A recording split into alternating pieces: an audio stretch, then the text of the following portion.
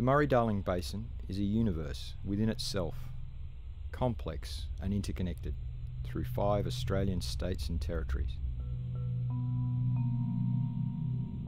Traditionally, the rivers acted as a water source, connecting culture, language and traditions.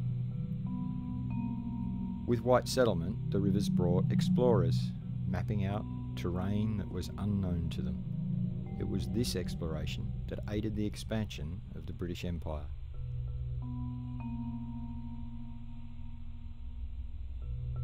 The river brought new people, new traditions, and new diseases. The rivers brought new ways of living and new ways of dying to the indigenous people.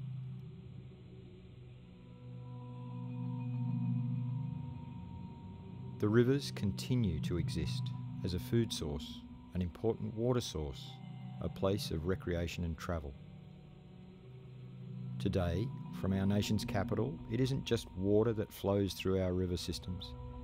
It is also policy that governs the usage of water, that flows into the lives of all who are connected to it.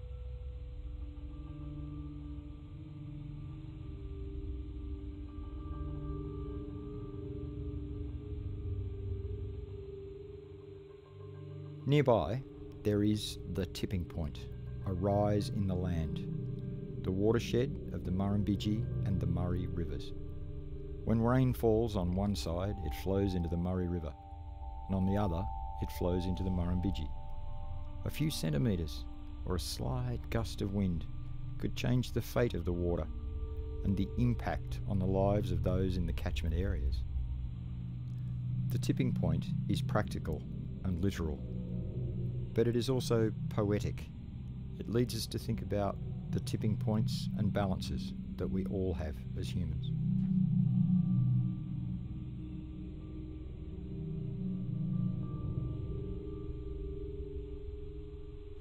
The rivers hold an endless array of stories, a million dances glittering on the surface and stirring deep in its depths.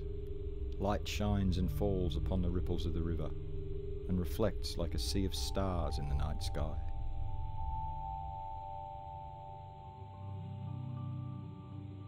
In the constellation that is the Murray-Darling Basin are a multitude of realities. Some are being grasped, others have been missed, more already been played out, and yet others are never to be discovered. Let us focus in on some of these stories, these stars in the night sky, these glittering points of light that are part of the constellation that is the Murray-Darling.